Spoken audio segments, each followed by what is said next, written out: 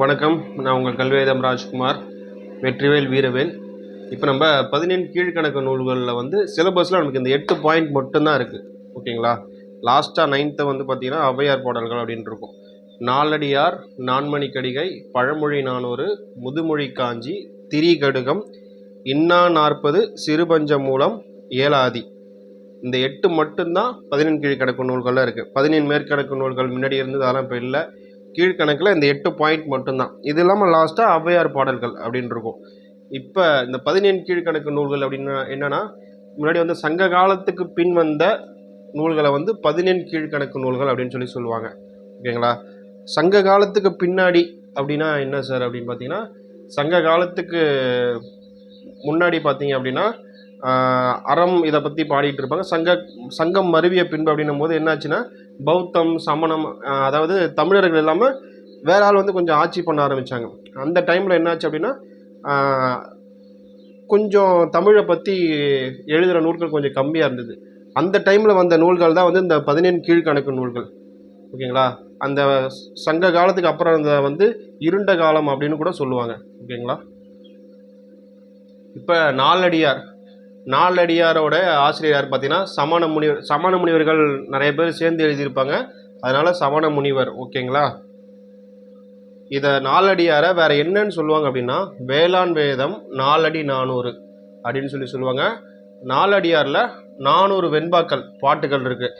இதை வந்து ஆளும் வேலும் பல்லுக்குருதி, 4ம் 2 சொல்லுக்குருதி அப்படின்னு சொல்லி பெரியவங்க சொல்லுவாங்க, கேள்விப்பட்டிருக்கோம். 4ம் அப்படின்னா நாலடியார், 2ம் அப்படின்னா திருக்குறள். 4ம் 2ம் சொல்லுக்குருதி.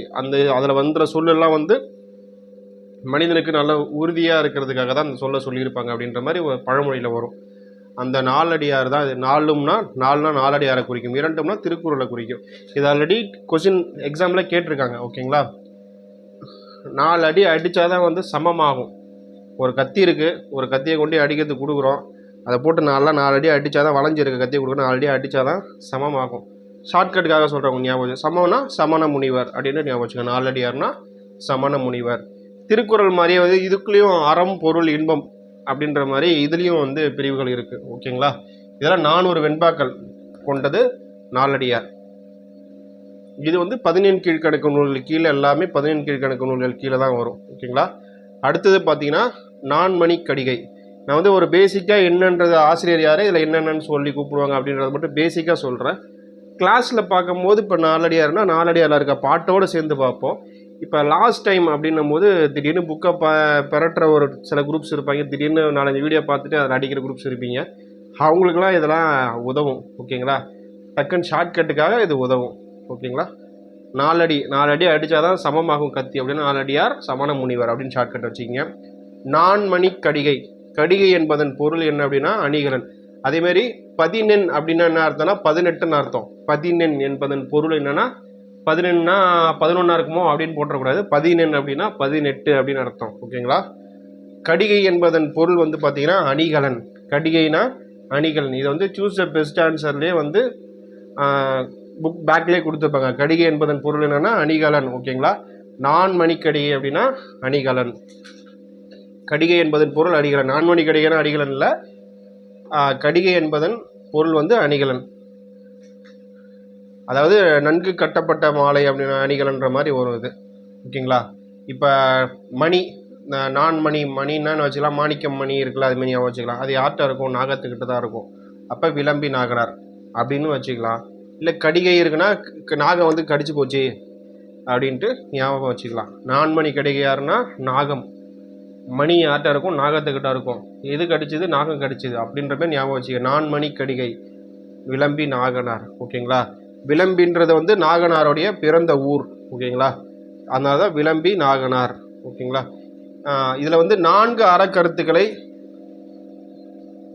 சொல்லுது. கடைசியில் பார்த்தீங்கன்னா பாட்டில் மொத்தம் 104 வெண்பா, மொத்தம் 104 பாடல்கள் இருக்குது. 4 அறக்கருத்துக்களை இது சொல்லுது. ஓகேங்களா? அடுத்தது பார்த்தீங்க அப்படின்னா பழமொழி 400. பழமொழி 400. இப்போ அந்த 400ன்னு இருக்குங்கள, இப்போ பழமொழி 400 ஏன் பேர் வந்துச்சுன்னா, ஒரு கருத்து சொல்லி முடியும். அந்த பாட்டு முடியும் போதும் கடைசியில் ஒரு பழமொழி இருக்கும். ஓகேங்களா? எப்படின்னா வச்சுக்க, முன் இப்போ ஒரு பாட்டு ஒன்று இருக்குது. அதில் என்ன கடைசியில் ஆன்சர் இருக்குன்னா, ஒரு பாடல் ஃபுல்லாக வந்துட்டு இந்த இந்த ஏரியாவில் இந்த தெருவில் வந்து சாப்பாடே இல்லாத வீடு இல்லை அப்படின்ற மாதிரி வரும். ஓகேங்களா? அதுதான் வந்து ஒரு பாடல் முடியும் போது ஒரு பழமொழி வரும். அதுதான் வந்து பழமொழி 400. ஓகேங்களா? அதோட ஆசிரியர் யாருன்னா 3 அரையனார். இப்போ 400ன்னு இருக்குது, இது வந்து 400. இது 3 3 வச்சுக்கிங்க, அரைன்னு வச்சுக்கிங்க. இந்த 3 அரையும் சேர்த்திங்கன்னா திரும்பி இது 4 வரும். இந்த பழமொழி 400 எல்லாமே 4 4 4 அப்படின்னு தான் வரும். இப்போ பழமொழி 400ல் 400ன்னு வருதுங்களா? 3 அரையனார், 3 இந்த அரையும் சேர்த்தா அது ஒரு 4 வருதுங்களா? இவர் எந்த ஆண்டு பிறந்திருக்காரு அப்படின்னு பார்த்தீங்கன்னா அதுவும் 4ஆம் நூற்றாண்டு.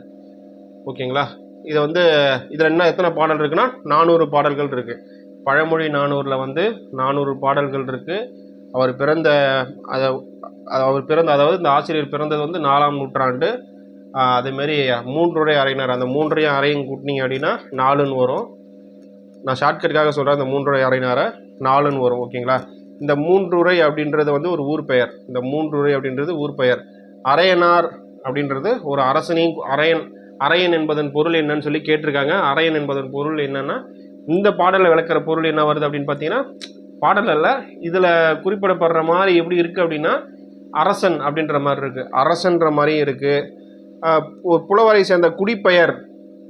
இப்போ ஒருத்தவங்களோட குடி இருக்குல்ல, இப்போ பனை தொழில் செய்கிறாங்கன்னா அந்த பனையோட குலத்தொழில் இருக்குது. அதேமாரி வந்து அரையனார் அப்படின்றது ஒரு புலவரோட குடிப்பெயராக இருக்கலாம் அப்படின்ற மாதிரியும் சொல்கிறாங்க, இல்லை அரசன்ற மாதிரி இருக்குன்னு சொல்கிறாங்க. ஆப்ஷனில் குடிப்பெயர்னு வருதான்னு பாருங்கள், இல்லை அரசன் வருதான்னு பாருங்கள். ஆல்ரெடி எக்ஸாமில் கேட்டது அரசன் அப்படின்ற மாதிரி தான் எக்ஸாமில் கொஷனில் கேட்டிருக்காங்க. அப்போ அரசன். அப்படி அரையனார் என்பது எதை குறிக்கும் அப்படின்னு பார்த்தீங்கன்னா அரசன் என்பதை குறிக்கும். சொல்லிட்டேன், பழமொழி 400ல் 400 பாடல்கள் இருக்குது. இவர் பிறந்தது 4ஆம் நூற்றாண்டு. ஆசிரியர் வந்து 400ன்னு வரணும். 3 அரையனார் 400 வந்துச்சு அப்படின்னா இது ஒரு 3 இந்த அரையும் சேர்த்தா திரும்பி 4 வரும் கூட்டினா. அப்போ 3 அரையனார் அப்படின்றது மாதிரி ஞாபகம் வச்சுங்க. இவர் சமண சமயத்தை சார்ந்தவர். இவர் எதை வச்சு சமண சமயத்தை சார்ந்தவர் சொல்கிறாங்க அப்படின்னு பார்த்தீங்கன்னா, கடவுள் வாழ்த்து முதல்ல ஒன்று ஃபஸ்ட்டு பாடிருப்பார். அந்த கடவுள் வாழ்த்தை பார்க்கும்போது எப்படி தெரியுதுன்னா சமண சமயத்தை பற்றி பாடின மாதிரி இருக்குது. அதை வச்சு ஒரு சமண சமயத்தை சார்ந்தவராக இருப்பார் அப்படின்ற மாதிரி சொல்கிறாங்க. ஓகேங்களா? அடுத்தது முதுமொழி காஞ்சி. ஓகேங்களா? முதுன்னா என்ன? முதுமைனா வயசானவங்க, புரியுதுங்களா? அப்போ அப்படியே வயசானவங்கன்னா கிழவர்னு வச்சுங்க. ஓகேங்களா? கிழவர். முதுன்னு வந்துச்சுன்னா கிழவர் அப்படின்ற மாதிரி ஞாபகம் வச்சுங்க. முதுமொழி காஞ்சி அப்படின்னா மதுரை கூடலூர் கிழார். இந்த மதுரை கூடலூர் கிழார். ஓகேங்களா? முதுமொழி காஞ்சிக்கு வேறு என்ன பேர்னா அறவுரை கோவை. ஓகேங்களா? இங்கே பாருங்க, காஞ்சி வரும், மதுரை வரும், கோவை வரும். இந்த காஞ்சிபுரம் ஞாபகம் வச்சுக்கிங்க, மதுரை ஞாபகம் வச்சுக்கிங்க, கோவை ஞாபகம் வச்சுக்கிங்க. காஞ்சிபுரம் எங்கே இருக்குது? அங்கே இருக்குது. மதுரை எங்கே இருக்குது? சென்டரில் இருக்குது. கோயம்புத்தூர் எங்கே இருக்குது? கடைசியில் இருக்குது. அப்படின்ற மாதிரி ஞாபகம் வச்சுக்கிங்க. சரிங்களா? முதுமொழி காஞ்சி அப்படின்னா இது 3 லிங்க் ஆகும். முதுமொழி காஞ்சி வந்து அறவுரை கோவைன்னு சொல்லுவாங்க. முதுமொழி காஞ்சிக்கு இன்னொரு பெயர் அறவுரை கோவைன்னு சொல்லுவாங்க. இது எழுதிய ஆசிரியர் பெயர் மதுரை கூடலூர் கிழார். முது அப்படின்னும் போது கிழவர்னு ஞாபகம் வச்சுக்க, மதுரை கூடலூர் கிழார்.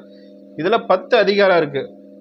திருக்குறள் இருக்குல்ல, அதேமாரி ஒவ்வொரு அதிகாரத்துக்கும் 10 பாடல் அப்படின்ற மாதிரி மொத்தம் 100 பாடல்கள் இருக்குது. ஓகேங்களா? ஒரு அதிகாரத்துக்கு 10 பாடல் அப்படின்ற மாதிரி 10 அதிகாரம் இருக்குது. இதே மொத்தம் எத்தனை பாடல் இருக்குன்னா 100 பாடல் இருக்குது. முதுமொழி காஞ்சி 100 பாடல் எப்படி ஞாபகம் வச்சுக்கிற? ஒரு வயசான கிழவர் வந்து வாழ்கிறதுக்கான 100 ஆயுசு அப்படின்ற மாதிரி ஞாபகம் வச்சுக்கிங்க. கிழவர் வாழ்கிறதுக்கான வயசு 100 ஆயுசு அப்படின்ற மாதிரி ஞாபகம் வச்சுக்கிங்க. சரிங்களா? அடுத்தது திரிகடுகத்தில் பார்த்தீங்கன்னா சுக்கு, மிளகு, திப்பிலி, இதே மாதிரி 3 உடம்புக்கு சரியாகக்கூடிய நல்ல மருந்துகள். ஓகேங்களா? அதை தான் திரிகடுகம் அப்படின்ற மாதிரி சொல்கிறாங்க. இந்த 3ம் சேர்ந்து எப்படி வந்து உடம்பை சரி செய்யுதோ அதே மாதிரி அதில் சொல்கிற கருத்துக்கள் வந்து மனுஷனுடைய இருக்க கெட்டதெல்லாம் போக்கி நம்ம மனுஷனுடைய நல்ல செயல்களை கொண்டு வரும் அப்படின்றதுனால இதுக்கு பேர் திருகடுகம்னு கொண்டு வந்தாங்க. ஓகேங்களா? சுக்கு, மிளகு, திப்பிலாம் சேர்ந்து எப்படி மனிதனோட உடலுக்கு நல்லது செய்யுதோ அதே மாதிரி திரிகடுகத்தில் கூறப்பட்டுள்ள பாடல்கள் மனிதனோட கெட்ட புத்திகளை நீக்கி நல்லது செய்வது, எப்படி வாழணும், என்ன செய்யணும் அப்படின்றத பற்றி கூறியிருக்கோம். ஓகேங்களா? இதனுடைய ஆசிரியர் யாருதுன்னா நல்ல ஆதனார். இப்போ திரி இருக்குன்னு வச்சுக்கேன், திரி இருக்குது, திரியை நல்லா புழிஞ்சு விட்டுட்டு நல்லா ஏற்றி விடணும். நல்லா ஏற்றி விட்டால் தான் எரியும். ஓகேங்களா? திரியை நல்லா ஏற்றணும். ஓகேங்களா? அப்போ திரி நல்லா நல்லா ஏற்றணும், நல்லாத்தணும், நல்லாத்தனார். ஓகேங்களா, நல்லா ஏற்றினார் அப்படின்ற மாதிரி ஞாபகம் வச்சுங்க. திரியை நல்லா ஏற்றினார். இப்போ ஒரு ஃபங்க்ஷன் நடக்குது, திரியெல்லாம் நல்லா புழிஞ்சு விட்டு திரி உள்ளே இருந்ததுன்னா நல்லா எரியாது. ஓகேங்களா, அப்போ பற்ற வச்சு எரிய வைக்கணும்னா ஃபங்க்ஷன் நடக்குது, நல்லா வந்து ஒருத்தர் வயசானவர் ஏற்ற சொல்கிறோம், அவர் நல்லா அழகாக டக்குன்னு ஒரே ஒரு பத்திப்பிட்டியில் பற்ற வச்சு டக்குன்னு நல்லா ஏற்றிட்டார். அப்போ திரிகடுகம் நல்லாதனார். ஓகேங்களா, அப்படின்ற மாதிரி ஞாபகம் வச்சுங்க. உங்களுக்கு இதில் ஏதாவது ஷார்ட்கட் உங்களுக்கு ஏதாவது தெரியும்னா கமெண்டில் போடுங்க. அது நல்லா இருக்குது, நல்லா இல்லை, எப்படினாலும் அடுத்தவங்களுக்கு தெரியட்டும், அடுத்தவங்களும் புரிஞ்சுக்கிட்டோம். ஓகேங்களா, உங்களுக்கு தெரிஞ்ச ஷார்ட்கட்டை போடுங்க. அதை நம்ம அடுத்த திரும்பி கிளாஸ் எதை எடுக்கும்போது ஷார்ட்கட் நம்ம உங்களுக்கு சொல்லிக் கொடுப்போம். எனக்கு தெரிஞ்ச ஷார்ட்கட்டை சொல்கிறேன். உங்களுக்கு மைண்டில் செட் ஆகலை, இது செட் ஆகலை, இப்படி சொன்னால் நல்லா இருக்குன்னா கமெண்டில் போடுங்க. ஓகேங்களா, நல்லாதனார். இதுலேயும் 100 வெண்பாக்களுடைய பாடல் இருக்குது. ஓகேங்களா, நல்லா ஏற்றினவர் வந்து யார்? வயசானவர் வந்து கை காலம் நடுங்கிட்டே இருந்தாலும் வந்து நல்லா ஏற்றிட்டார். அப்போ அவருக்கு வயசு எத்தனை இருக்கணும்? 100. அதனால திருக்கடத்துக்கும் 100 வெண்பா இருக்குது. ஓகேங்களா, இந்த நல்லாதனார் எங்கே பிறந்தார் அப்படின்னா திருநெல்வேலி மாவட்டத்தில் இருக்க திருத்து அப்படின்ற ஊரில் பிறந்தார். திரி அப்படின்றதுல திரி திருத்து இப்படியே தான் ஞாபகம் வச்சுங்க. சரிங்களா, இதுலும் தீ வரும், இதுலேயும் தீ வரும். ஓகேங்களா, திரிகடத்தோட ஆசிரியர் பேர் நல்லாதனார் எங்கே பிறந்தாங்கன்னா திருநெல்வேலி மாவட்டத்தில் இருக்க திருத்துன்ற இடத்துல பிறந்திருக்காரு. ஓகேங்களா, இது 100 வெண்பாக்கள் உடையது. அடுத்தது இன்னா 40. இன்னா